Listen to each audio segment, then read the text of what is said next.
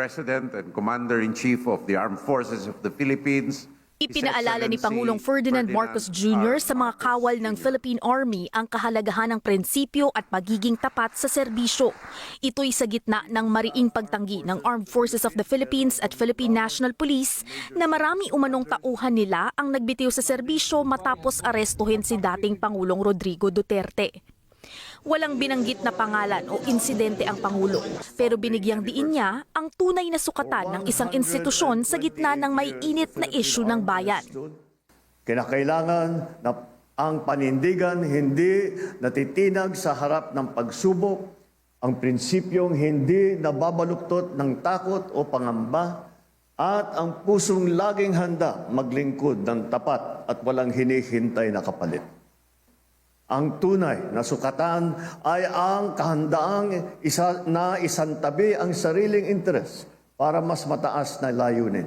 Dapat mangibabaw ang ating adhikaing bumuo ng mas nagkakaisa, mas makatarungan at tunay na mapayapang bansa.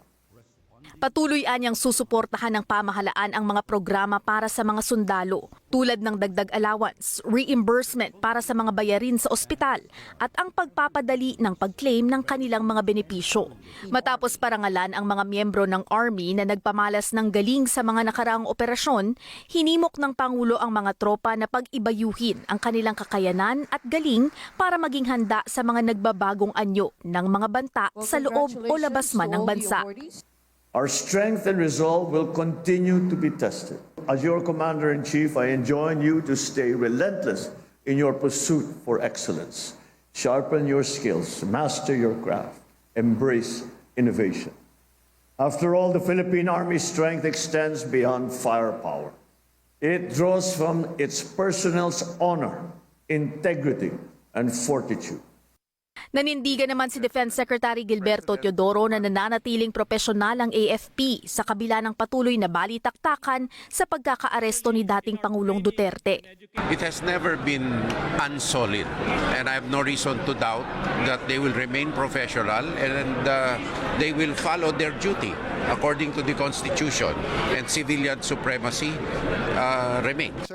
Matatandaang sa Senate hearing noong Huwebes, kwinestyon ni Vice President Sara Duterte kung bakit tahimik at hindi kumilos ang AFP nang arestuhin at ilipad sa the Netherlands ang kanyang ama.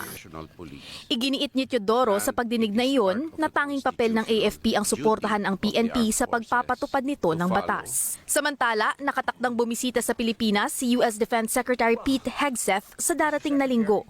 Pag-uusapan kung paano mas mapaiigting ang pagtutulungan ng Pilipinas at Amerika sa larangan ng tanggulan at seguridad. Hindi diretsyong sinagot ni Teodoro kung kasama sa pag-uusapan ang posibleng dagdag na EDCA sites sa bansa at ang patuloy na pamamalagi dito ng Typhoon missile system na paulit-ulit ng binatikos ng China. All I can say is that we will talk about our existing partnerships bilaterally and multilaterally and how to move it further.